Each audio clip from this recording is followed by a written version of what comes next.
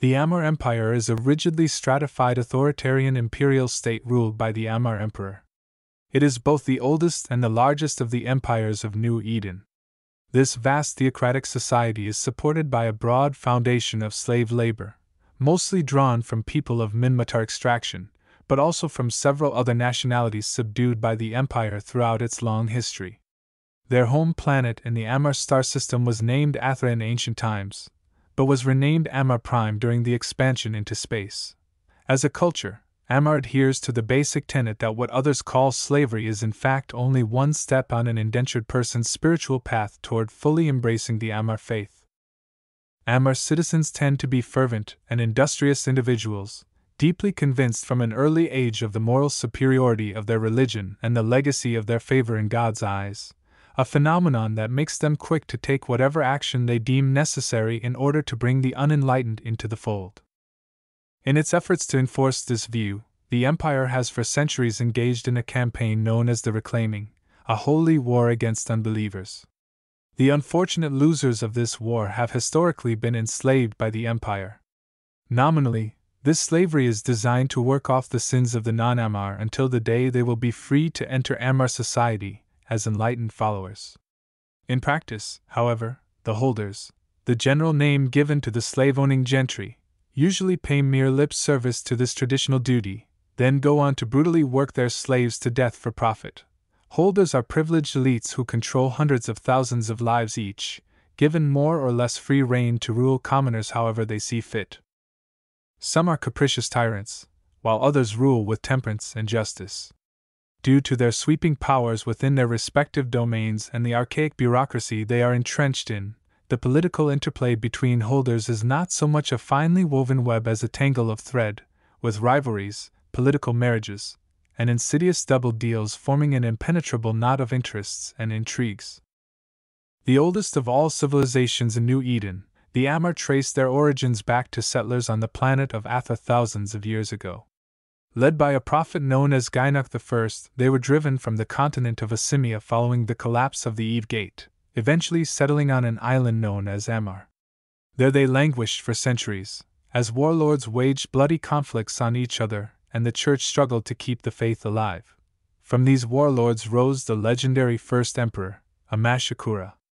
Amashakura conquered via sword and scripture, bringing the entire island under his command and founding the Amarr Empire in AD 16470. He codified laws, established the hereditary noble class of holders, and founded the religious body that would rule the empire, the Council of Apostles. For nearly 4,000 years the Amarr stagnated, unable and unwilling to venture beyond the confines of their island. This changed abruptly in AD 20022, when foreign ships belonging to the mercantile Eudorian people landed. Though initially eager to trade, the Eudorians brought with them ideals that threatened the Amarr way of life. The emperor ordered them enslaved and declared the beginning of the Reclaiming, a holy war intended to make the entire world part of the empire. During the early stages of the war, the Amarr discovered a nomadic people who had long fought against the Eudorians. Finding eager and willing converts, the Amarr graced them with the name Khanid, meaning little lord or lordling, and employed them as shock troops and heavy infantry against the much larger but disunited Eudorian states. One by one, the Eudorian nations fell and were enslaved by the Amarr until AD 20371, when the last holdout fell. The empire now covered Amarr Island and the continents of Asimia, Vs Uder, and Cas Uder. Eventually they managed to travel across the treacherous sea to discover the continent of Cathys, whose natives were powerless to stop the empire's inexorable march. In AD 2054 the last independent nation on Athra fell to the empire. The victorious emperor renamed the planet Amarr in celebration of the conquest. Millions of slaves toiled under wealthy holders who worked them harshly, while simultaneously offering them the salvation of God. The Amarr dedicated the spoils of conquest to science, art, and philosophy. Eventually they began to spread off their planet, starting in AD 20572, when they first launched people into space. A slow expansion soon followed, especially once the Amarr discovered microbial life on the ocean world of Tamiroth. They placed a permanent colony there in AD 20725, In AD 21134, the Amarr stumbled across the remains of a stargate. Though the ancient structure no longer functioned, they were able to reverse engineer it and construct a completely new stargate. In order to open it, they had to send a cryoship filled with materials to construct a sister gate in the nearby star system of Hedion. It reached its destination 53 years later. With a foreign sun lighting their progress, the awoken workers constructed the stargate and sent a signal back to Amarr. In AD 21290, the gates flared to life. The rediscovery of stargate technology sent the Amarr expanding across the local cluster, but as they spread, their ability to control their populace weakened. Under these conditions, an ancient cult known as the Sani Sabak was re-established and allowed to proliferate. These blood worshippers had lurked in the shadows of Amarr religion for generations, always being stamped out, only to return decades later. This time, a group of them managed to evade imperial authorities and fled to the then distant constellation of Aros, where they founded the short-lived kingdom known as Takmal. Though the Takmal themselves are no longer to be found and their fate remains unknown, they are believed by many to be the origin of the feared Blood Raiders organization of today. Additionally, there was the unfortunate case of Emperor Zaragram II. While initially just and pious, Zaragram slowly began to view himself as the living embodiment of God. He issued decree after decree that transferred power to him and transformed the state religion into a cult centered around himself. At the height of his delusion, Zaragram II ordered the construction of a city of God in the system of Sasta where he could reside in seclusion from worldly distractions. As he entered his palace there for the first time, he was assassinated by his nephew, who came to be canonized as Saint Tetramon. It took the Council of Apostles years to purge Zaragram's changes, and indeed, some were never removed. In AD 21423, the Amarr opened a stargate to the Elar system. There they discovered primitive humans living on the sixth planet. Though the Amarr were shaken by the existence of humans living on another planet, the Emperor ordered them reclaimed. They were quickly enslaved with minimal difficulty, replenishing a slave stock that had dwindled greatly over the previous 1,000 years. With the revelation that they were not alone in the universe, the Amarr were thrown into a frenzy of rapid expansion. The thirst for slaves had been rekindled among the holders, and they rapidly constructed new stargates, searching for slaves. This rush yielded very little, however. Only a few small populations, with now forgotten names like Andanish and Jacqueline, were ever discovered. A new emperor, Hydarin V, was crowned in AD 21870. In those days, the emperor was still considered the first among equals on the Council of Apostles. Hydarin V was ambitious and noticed a few of Zaragram's changes had never been undone. This tipped the balance of power in his favor, and he declared the start of the moral reforms, designed to rewrite scripture to make the emperor the undisputed political and religious ruler of the empire. The Council of Apostles rebelled, but Hydarin had allied himself with the 5 largest and most powerful holder families. His own family was the noble and esteemed Kader, who counted numerous emperors among their number. The Khoraezor were ambitious up-and-comers who had begun a rapid ascent. Religious fundamentalists, the Ardashaper had seen their fortunes wane over the previous centuries, but were eager for a comeback. The militant Sarum family counted some of the best generals among their ranks. Finally, the Khanid family, named after the people they were given dominion over, possessed the most elite troops in the empire. A bloody civil war tore the empire apart, leaving millions dead.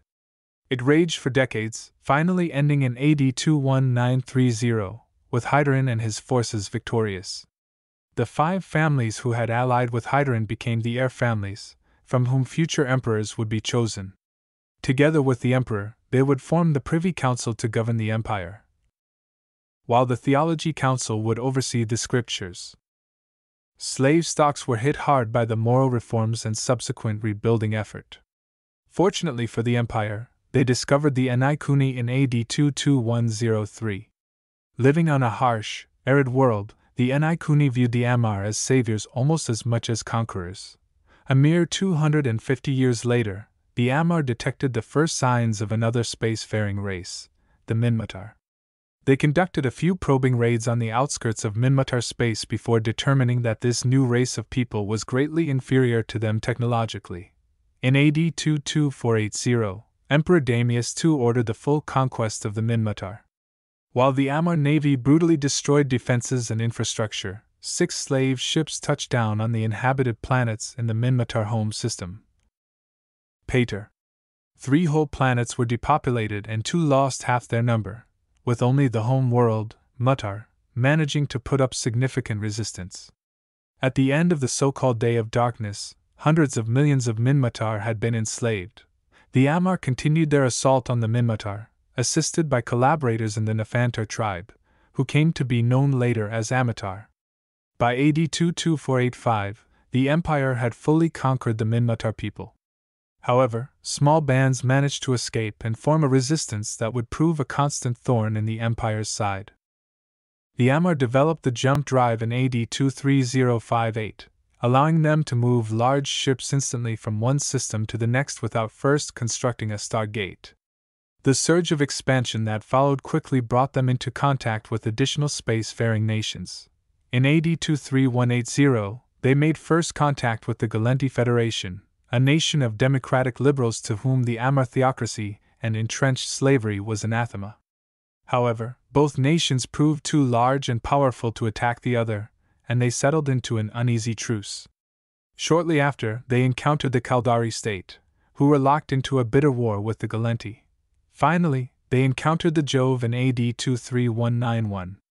Initial contact was limited, and the Amarr took this as a sign of weakness from the Jove. The Amarr, hungry for fresh slaves, believed the Jove were a soft target and announced their plans to invade. The Amarr sent a single squadron, numbering roughly 200 ships, to invade the Jove system of Akkadiath. Confident the battle would be a one-sided affair, the Amarr imagined quickly overrunning the panicked Jove and pressing them into bondage. Instead, it was the Jove who turned the battle into a massacre. Their small, nimble frigates pinned down the lumbering Amarr battleships while the massive doomsday weapons of the Jovian mothership cut swaths through Imperial forces. Battle doctrine compelled the Amarr to stay on the field until they were slaughtered to a man. Bloodied but not beaten, the Amarr prepared a second strike on the Jove. At that moment, slaves across the Empire rose up in rebellion. Backed by Minmatar freedom fighters, Galenti sympathizers, and a small group of Jove agents, the Minmatar rebels were able to make swift gains before the Amarr could counterattack. The massed, synchronized rebellion was something the Amarr had never envisioned. Millions of Amarr, holder and commoner alike, were slaughtered in the first few days. In the course of a few months, the Amarr were forced out of Minmatar space. Under the orders of Emperor Hydarin VII, the Amarr abandoned large tracts of territory to the rebels, who founded the Minmatar Republic. In YC 105, after a 300-year rule, Hydarin VII succumbed to Tourette's disease. The succession trials were held, with the heirs being represented for the first time by the newly emerged capsular class. Dorium Corazor, championed by the pilot Eclipticum, emerged victorious.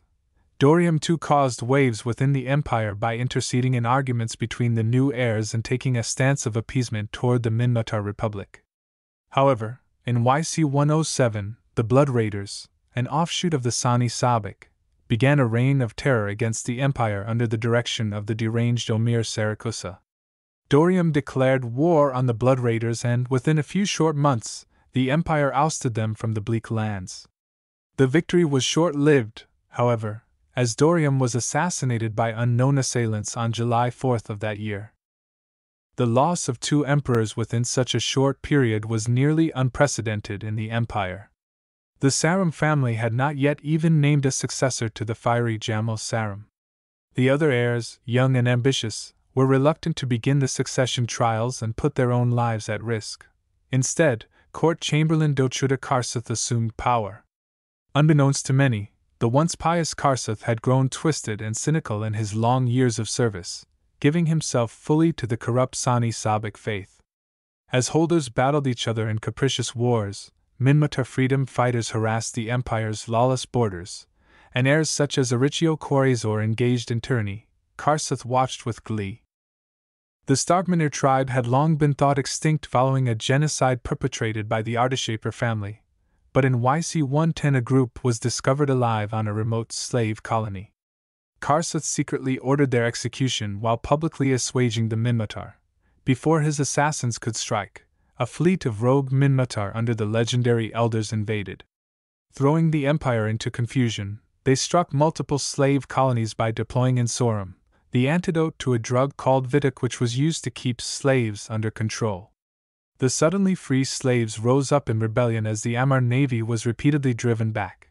Just when the Amarr seemed poised to fall, Jamal Sarum returned from death to lead a counterattack. At the helm of a powerful superweapon of mysterious origin, she devastated the Elder fleet and sent it fleeing to the Republic. Despite having committed suicide following her loss to Dorium II, Jamal claimed to have been resurrected by God to be the savior of the Empire. Though the heirs knew she had been cloned, a grave sin for Amarr heirs, all but Yoni's Ardeshaper bent their knee to her. Even he eventually grudgingly agreed to crown Jamal Empress. Under Jamal's reign, the Empire has regained much of its previous glory. She made the reformed Eritio Korazor her imperial chancellor, and tasked her rival Yoni's Ardeshaper with repairing the destruction wrought by the Elder fleet.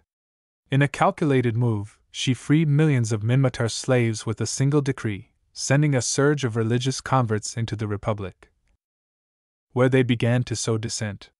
With the aid of the Khanid kingdom, she captured and executed Karsuth, leading to a reconciliation with Khanid II. She also oversaw the creation of the first cloned soldiers as part of the Templar project. When they proved unstable, she abandoned the project and warned the other nations against it. Advice none followed, to their own detriment. Today the Empire is perhaps the strongest nation in New Eden, with the largest population, most stable economy, and the greatest amount of territory. However, the Minmatar wage war against the Empire, while the heirs scheme for their own power. The Amarr Empire is a feudal theocratic monarchy which can best be described as a single state made up of 5 vassal kingdoms governed by princes, known as the Amarr heirs, who submit to the central authority of the Amarr Emperor. Beneath the heirs sit the feudal lords known as the holders, who rule as the dukes and barons of various planets, moons, space stations, colonies, continents, and other holdings. The Amarr Emperor has numerous roles within the Amarr government. He is both sovereign of the Amarr state and leader of the Amarr religion. Primary among his duties is that of enforcer of the scriptures, the holy laws of the Empire. He also holds tremendous sway over the creation and issuance of new laws. Such decrees can be widespread and sweeping or extremely limited in scope. As the Emperor speaks with the voice of God, he may countermand the scriptures when necessary, as well as emphasize those that reinforce his position. The Emperor is technically the highest court in the Empire as well, able to overturn any ruling set forth by the lower courts of heirs. In the past, he held open court. But this practice became untenable as the Empire grew. These days, the Emperor only levies judgments in extreme cases, such as when the Empire itself is harmed. In theory, the Emperor's rule is absolute. In practice, he typically only has influence when personally present. Instead, he relies on a number of officials, vassals, and governmental bodies to carry out his orders. While the Emperor can make decisions that run counter to the wishes of his underlings, he does so at risk. An emperor must carefully balance the wishes of a number of rival factions so that none undermine his rule. When an emperor dies, his successor is chosen from the heirs of 5 royal families. The families undergo a ritual known as the succession trials, with the winner cutting himself off from his family when crowned. The losers all must commit ritual suicide, a ceremony known as Shatholsin. In theory, this prevents the losers from challenging the new emperor's rule. The Amarr heirs are the heads of the 5 royal families who hold permanent seats on the Privy Council. They are the Ardeshaper, Kader, Korazor, Sarum, and Tashmerkan families. The heirs are often compared to kings or princes of vassal kingdoms. The heirs function in a way similar to the emperor, albeit on a more limited scale. They are responsible for keeping the peace and enforcing the empire's laws. They may also create their own laws which may be limited or broad, for the greater good or utterly capricious. They also collect taxes, regulate trade, and act as judge and jury for their vassals. In some ways, they are less fettered than the emperor, as their domains are so subdivided that organized opposition can rarely mobilize. However, widespread abuses by the heirs have historically met with severe repercussions. The Privy Council is technically the governing body of the empire, but in reality it is a political battleground for its members. It is composed of the emperor, the 5 heirs, the imperial chancellor and court chamberlain, the high deacon of the theology council, the Khanate family representative, the heads of the 5 imperial ministries, and the Grand Admiral of the Imperial Navy. The council holds informal meetings known as closed sessions attended by the emperor, heirs, and chamberlain. Full sessions with everyone in attendance are rarer. The council is almost always split into various factions vying for their own way. The emperor must carefully juggle their interests, trying to keep from angering any one faction too much. It has often been joked that if the council does not end with every side feeling it has lost, the emperor has done a poor job.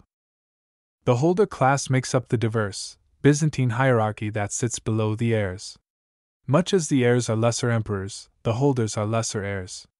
They possess many of the same powers, albeit restricted to their own spheres of influence. However, the majority of holders are far more hands-on in their rule than the heirs and are personally responsible for more mundane tasks. There are 3 basic tiers of holder, though these are rough approximations and may vary from region to region or even system to system. At the top are holders who oversee entire constellations or groups of systems. Somewhat below them are the holders who control individual systems.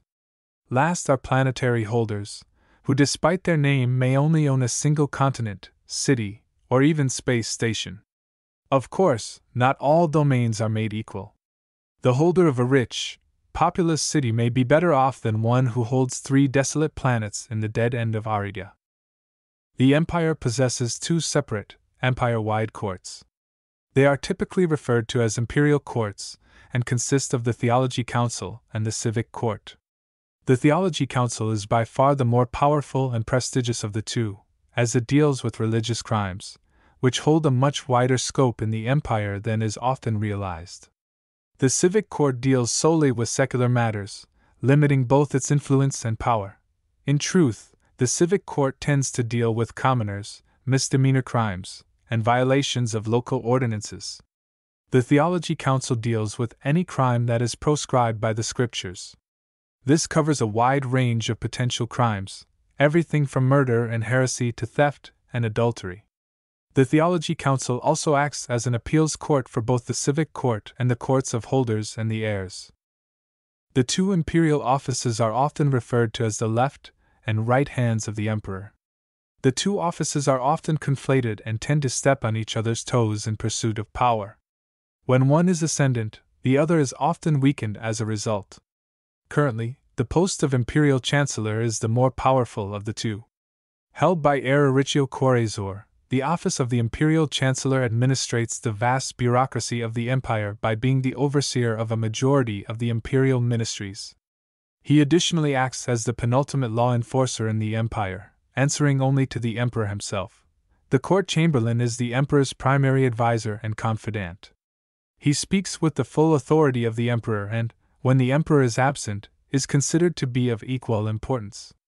The court chamberlain thus functions, in many cases, as a surrogate for the emperor, essentially allowing the emperor to exert his authority in 2 places at one time. Finally, the imperial bureaucracy is overseen by several ministries. These ministries are all highly political and can engage in skullduggery easily equal to that of the most cunning heir. Each wields enormous power and influence, particularly over the commoners of the empire. The Amarr civil service is the largest employer in the empire and deals with the more mundane acts of governance.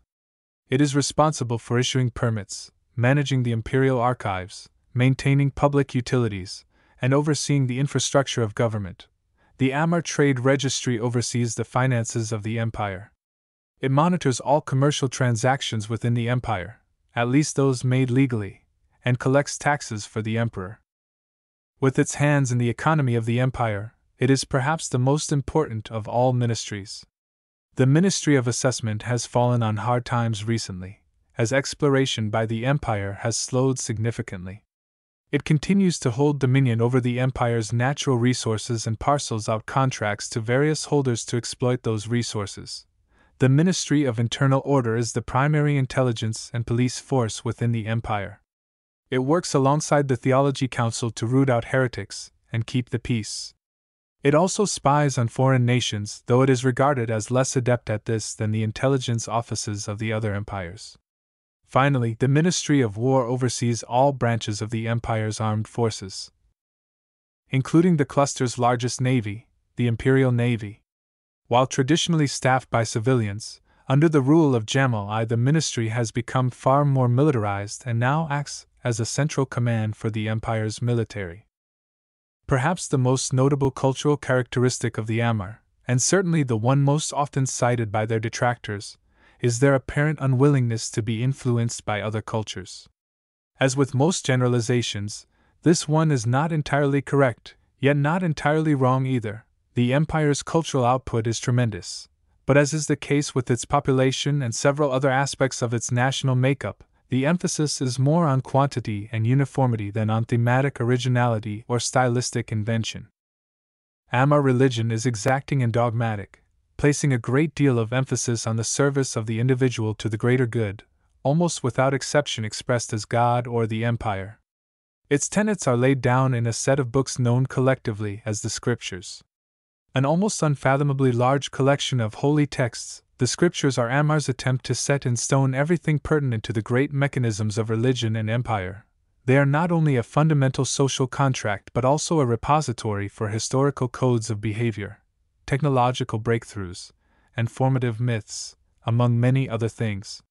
The collective writings have been maintained and updated throughout the centuries by imperial theologians and include texts that hark back to the very origins of Amarr society. The most defining characteristic of the doctrine, and one that emerges time and time again, is the affirmation of the Amarr as the chosen people of God, the race destined to rule the universe in His name.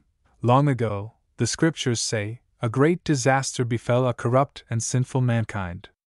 Through these dark times only the Amarr maintained faith, and they alone were spared the worst of the hardships.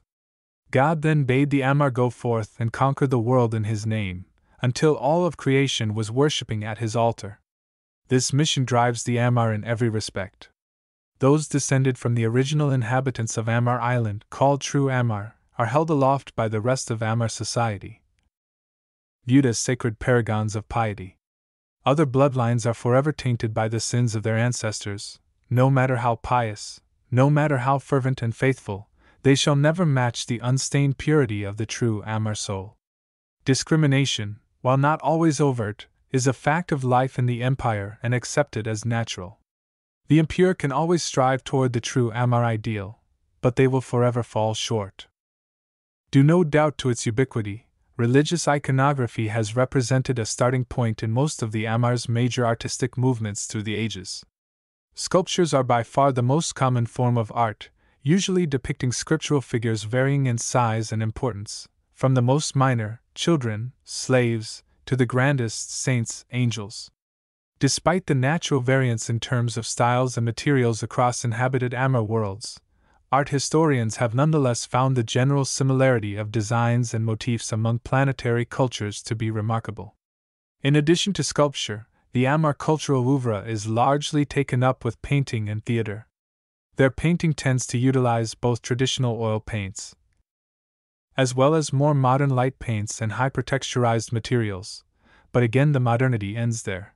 In terms of both style and content, the scriptural influence is front and center.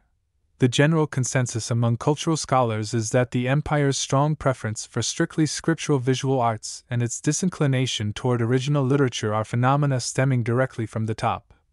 That it has been ingrained into the populace for hundreds of years by their emperors that art and beauty lie in visual depictions of the truths that have already been recorded in words, rather than trying to rephrase those truths in different words. Indeed, it appears the general feeling is that any attempt to do so would be not only useless but also rather unseemly, perhaps even sacrilegious. Naturally, as would happen anywhere, This has given rise to rarefied artistic movements that make it their mission to be as subversive in this regard as possible. Mostly hailing from peripheral worlds, these movements tend to crop up every few years, each making a defiant stand against their art establishment's deeply rooted conformism, and each ultimately falling prey to the deadening effects of the Amarr's cultural inertia. The government need not even intervene. Most of these movements are quietly and slowly quelled by the crushing weight of millennia-old tradition. Ever since early settler days on Athra, the planet now known as Amarr Prime, religion has been of paramount importance to the Amarr. After the closure of the Eve Gate, faith provided the social glue that kept their sect together. Later, it was their beliefs that provided the moral certitude which enabled them to expand and blossom into a full-blown empire. Religious belief leads to great stratification in Amarr society, with the true Amarr presiding above and the conquered considered to be lesser citizens. At the very top stand the holders and the clergy.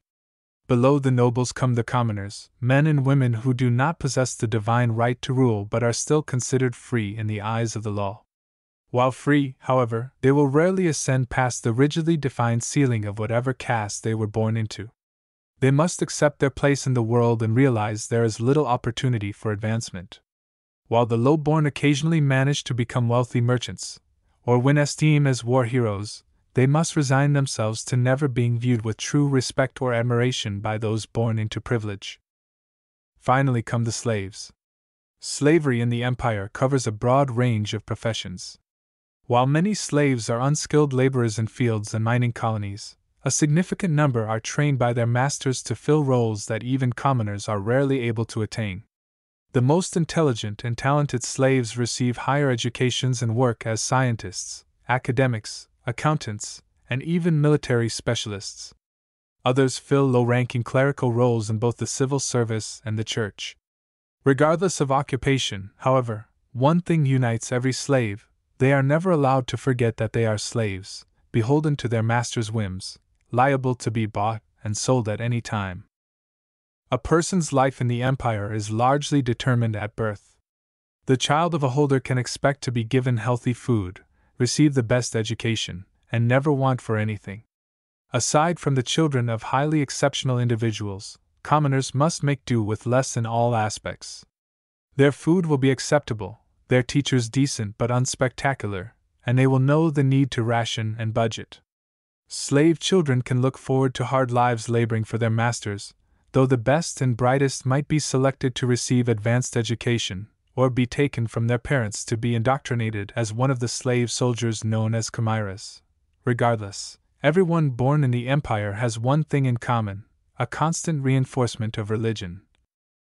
The natural order of true Amarr and holders at the top with all others beneath them, and an unrelenting loyalty to the heirs and the empress.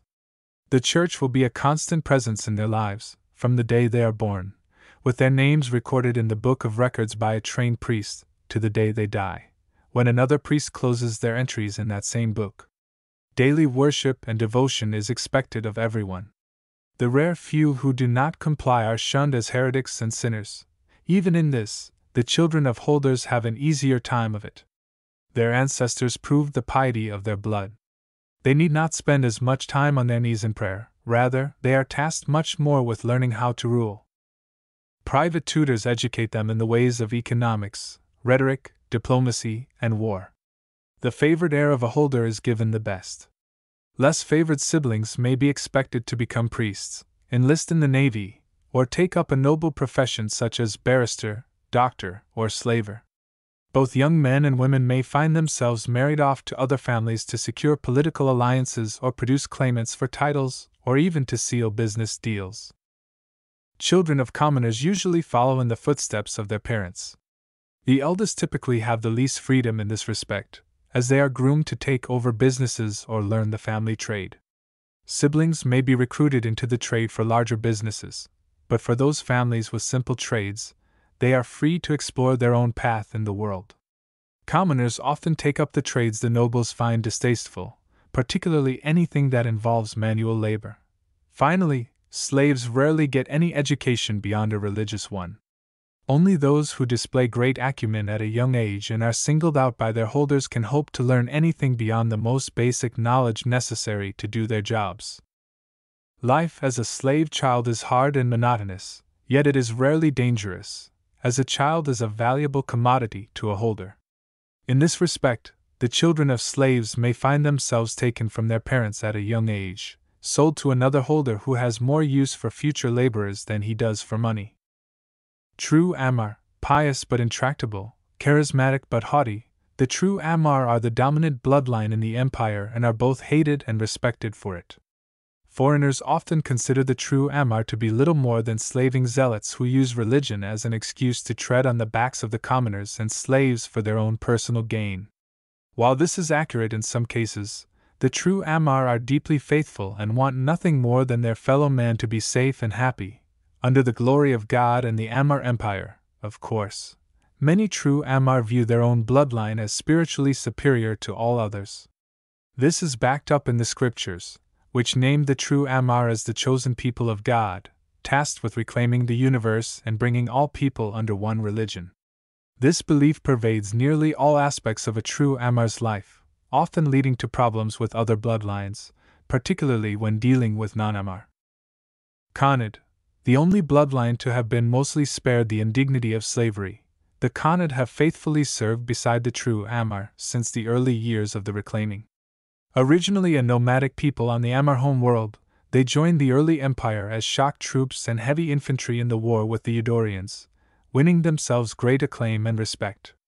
The Amarr gave them their name, which means little lordling in an old dialect, a term the Khanid have embraced completely.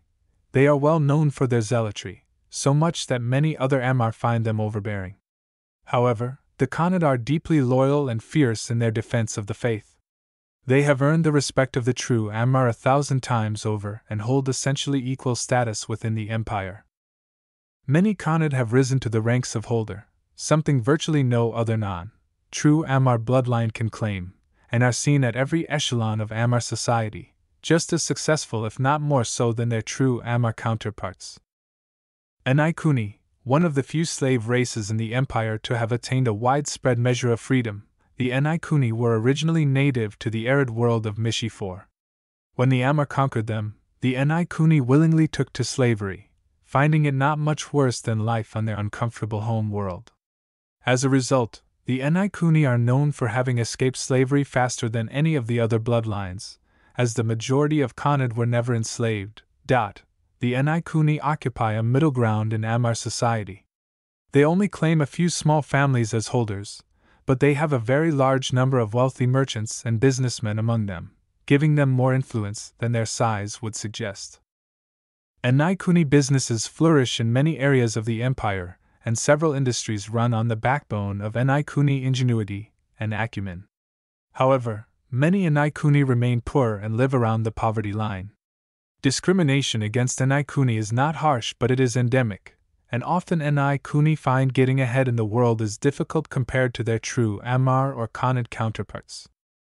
Other bloodlines, billions of Minmatar live within the empire, either as slaves or the descendants of slaves. Those free Minmatar are often the subject of intense discrimination and distrust from the Amarr, particularly in the wake of the Elder invasion. Most free Minmatar occupy the lowest rung of society, struggling to survive, though some enterprising or pious individuals have made respectable lives for themselves. However, as the centuries pass and old biases begin to fade, many expect the Minmatar to slowly gain more and more power within the empire. The Elar, though having been enslaved longer than any others, remain in bondage.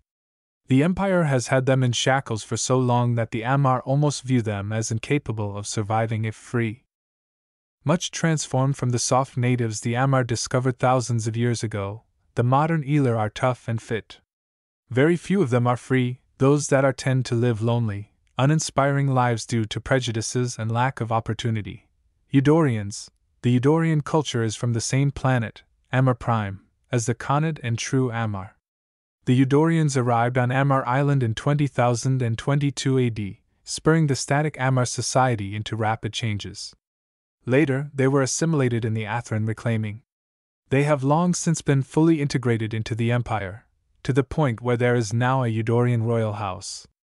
The social and physical difference between the true Amarr and Eudorians disappeared ages ago. Although some traditionalists try to maintain some social and religious distinction between them. Empress Jamali.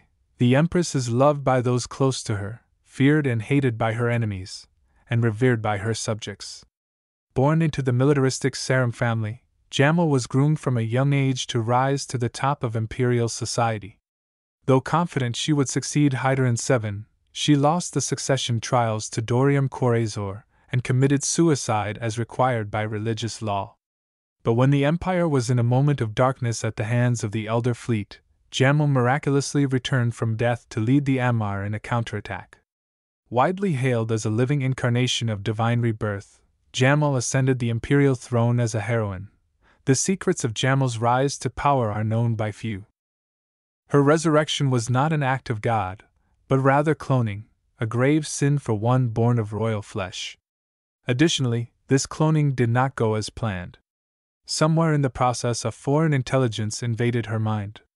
The other, as it is known, constantly torments Jamal, sometimes taking over her mind and body during moments of weakness.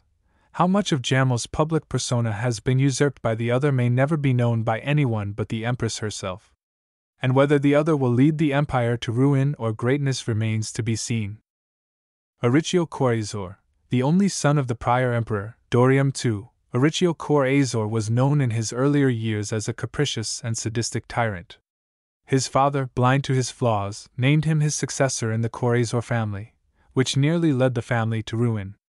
During his short reign, Auricchio notably defiled the sacred cathedral, brazenly purchased slaves from the Guristas, subjected his subordinates to arbitrary and unjust punishments, and watched in glee as his vassals waged open war on one another. The travesties grew so great his subjects openly rebelled against him. The Speakers of Truth, a sect of the Theology Council whose word can override even the emperor, brought his reign of terror to a halt. The speakers ordered Auricchio to undergo a horrific punishment, having his flesh stripped away and regrown over and over for each individual Auricchio had wronged. The experience left Auricchio deeply changed. Gone were his vicious ways. In their place was a faithful and contemplative man who wished his subjects only the best. Rumors claim he travels across his domains, righting wrongs done to both commoner and holder alike, sometimes without even acknowledging who he is. As a reward for his deeds, Empress Jamali named him her imperial chancellor, tasking him with enforcing the law throughout the empire.